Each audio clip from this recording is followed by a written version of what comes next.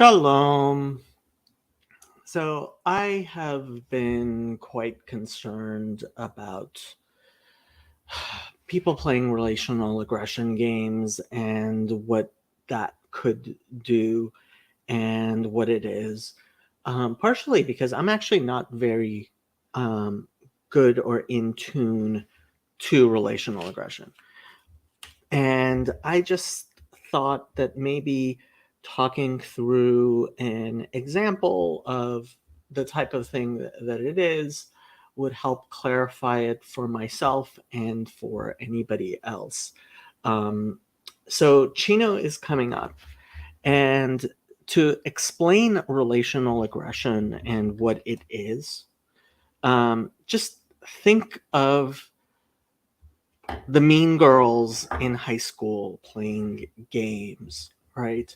Um, Talking to this person and, telling stories behind their back or whatever, and talking to somebody else and, um, kind of goading people. And so relational aggression games are played through other people, right? You see people playing through other people. And I thought of an example I could give. Now, this isn't an actual example that could happen, but I wanted people to kind of understand what kind of a thing. So, somebody who is aware of this little corner would know that, um, for example, the Grail Country channel and that social group tends to be a different social group than, for example, my social group and my channel, right? And so my channel tends to be culturally Jewish, and the Grail Country tends to be culturally more liturgically high church Christian, right? And let's say that I deliberately wanted to be a bad person and create some sort of conflict between the two, right? So one thing I could possibly do is, while talking to um, my group, right, um, kind of position certain irritants regarding, let's say, the Holocaust, which is already, like, in Jewish circles, it's a difficult subject to talk about, and you know it's likely to spark emotions. And similarly, I know, for example, in Grail Country circles, right? Obviously, the Holocaust for a lot of Christians is similarly, it's emotional. I mean, in our culture, just generally, it's and so if you turn a particular turn of phrase, right, into something that certain people are talking about in one way, regarding the Holocaust, and then make it in one of the different communities something people take a different way, right? And then, and this is the parable of, the witch who comes into a party and throws the golden apple, right, that causes discord, right? Um, just implanting this type of misunderstanding, which can cause all kinds of problems. Now, being deliberately evil in order to do that is something that you already have to kind of be a broken person to participate in. And um, social groups have various waves. So at Chino, we're going to have the PVK group, and we're going to have the Jonathan Pajot group, and we're going to have the John Vervaeke group, right? And these are very different communities. I mean, I barely interact with John Vervaeke's circle of people who, obviously, Buddhism, atheism, secularity, um, much more left wing politically, or in some ways less political. Jonathan Pajot's um, is obviously more based around Eastern Orthodoxy and everything that goes into his icon making and imagery and Jungian symbolism. And then we have PBK's group, which obviously the CRC is a bigger um, focus, and things regarding American Protestant sensibilities and, everything that goes along with that. So, if you want to play relational aggression games, right, the way you would do that is by encouraging misunderstanding regarding emotional subjects. And this is something that people have become very good at. This is something that people have studied deliberately.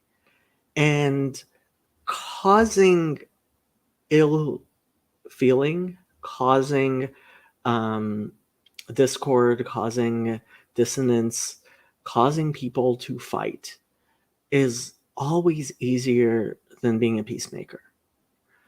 Um, and if I have any advice I can give to people who are coming for Chino, and I have been trying this um, as much as possible, is try to clarify misunderstandings.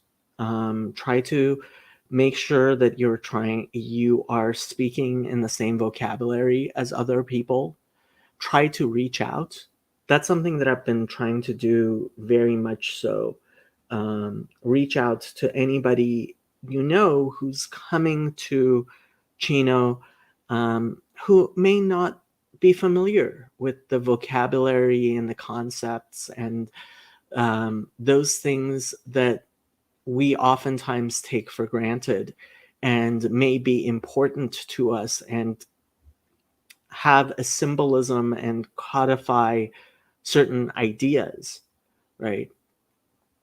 And it's through that type of genuine camaraderie that I think we can overcome any sort of um, ill feeling and alienation. I think that word alienation is really important, because if somebody is taking that time to come and spend a weekend in Chino, of all places. I love you, John, but Chino. Um, and that person is going to um, see somebody who they don't recognize as a friend, that they don't recognize as a brother, as somebody they can go up to and talk to, right? In Chicago, one of the things I made sure to do was people who I had run-ins with online, and you know me, I have run-ins with people all the time.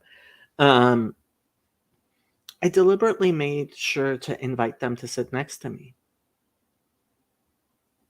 to talk to them, to share space with them. Um, I think oftentimes even more important and than than what we say, and the internet doesn't allow this, is is the time we spend quietly with other people. Um, so one particular person I'm thinking of, um, we were sitting on a bench, just sitting there on a bench.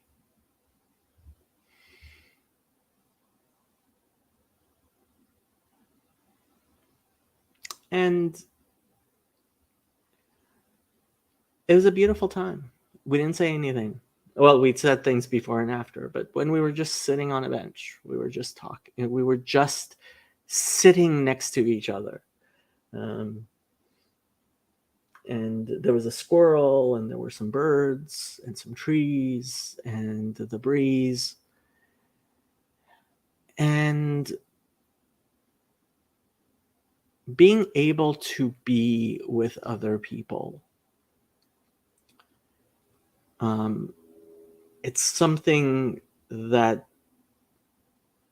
the screens have taken away from us. We can be sitting next to somebody and we're a million miles away. That's not where our mind is. Um, and so, for anybody who's coming to Chino, um, I would say come in with that mindset that every single person you see there is somebody that you are going to be sitting in communion with. And to be comfortable. Um, sucks when it's family too. No, but even there's something to be said about family meals.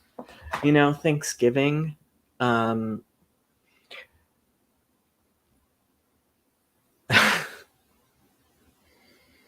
just just being able to sit there and eat with somebody else. It's not about what you say. The propositional tyranny, um, the dogmatic boundaries, the spirits that can possess us, that cut through the air between us. Um,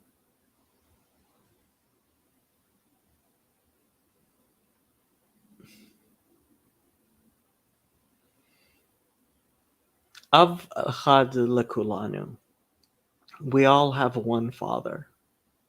It's one of my favorite Mishnahs. It's a Mishnah in Sanhedrin. Talks about how they warn witnesses in how the Sanhedrin was supposed to warn witnesses in capital cases. And it says, we remind them that Adam was created alone so that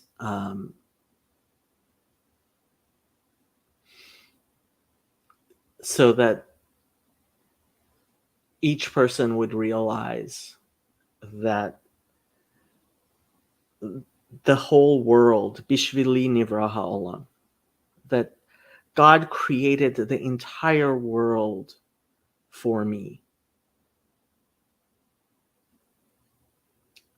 It's really, really important to realize that God created the world for each and every one of us.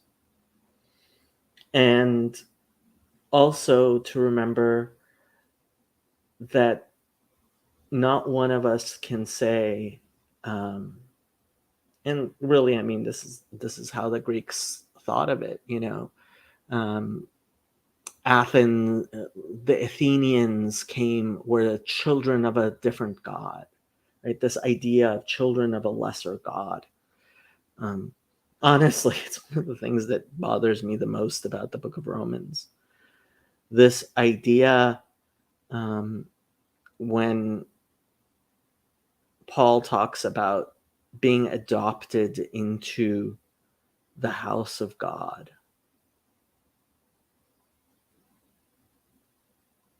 Who was their father before they were, like, who's the other father? Like, it's the entire concept implies a polytheism, right? When you realize that God created every single human being, the same God, there are no children of a greater or lesser God. There's only one God. Um, that should change how you view everything, I think. Um, so, is that silence not itself a kind of proposition, or at least sit points to some, or at least it points to some disharmony? Um, Honestly, I think being able to sit silently with someone is incredibly important. It is one of the most important types of harmony, is the capacity to sit silently with someone. Just sit with someone and not feel like there's a pregnant pause, like you have to say something. Now, I'm not saying that, like, people shouldn't talk to each other. Obviously, I think it's important that they do. At the same time, I think it's just so important to be able to sit silently, quietly with somebody else. Um, Being in communion, as we would say, yeah. I think Paul is saying that they willingly made the demons their father, and I mean, honestly, Romans 10, the best answer I've heard uh, for how Paul could say the things that he said was, "Don't take him too seriously. He don't be too exacting in his words. He didn't mean what he was saying." And honestly, that's the best thing I can do with Paul. But yeah, just wanted to say that. Uh, I'll keep it brief. Um, there are people from very different communities coming together, and it's not just this little corner has is very fragmented. Again, like, I don't know that the Pajot crowd, or I certainly don't think the Vervaeke crowd has the same vocabulary, has the same um, concepts and topics that are constantly coming up. And if somebody is determined to cause misunderstanding, if they are studying, and I do believe there are people who are in fact studying our communities in order to see what are hot topics, what are things which are bright line spirits that move us, and trying to create that type of discord among us.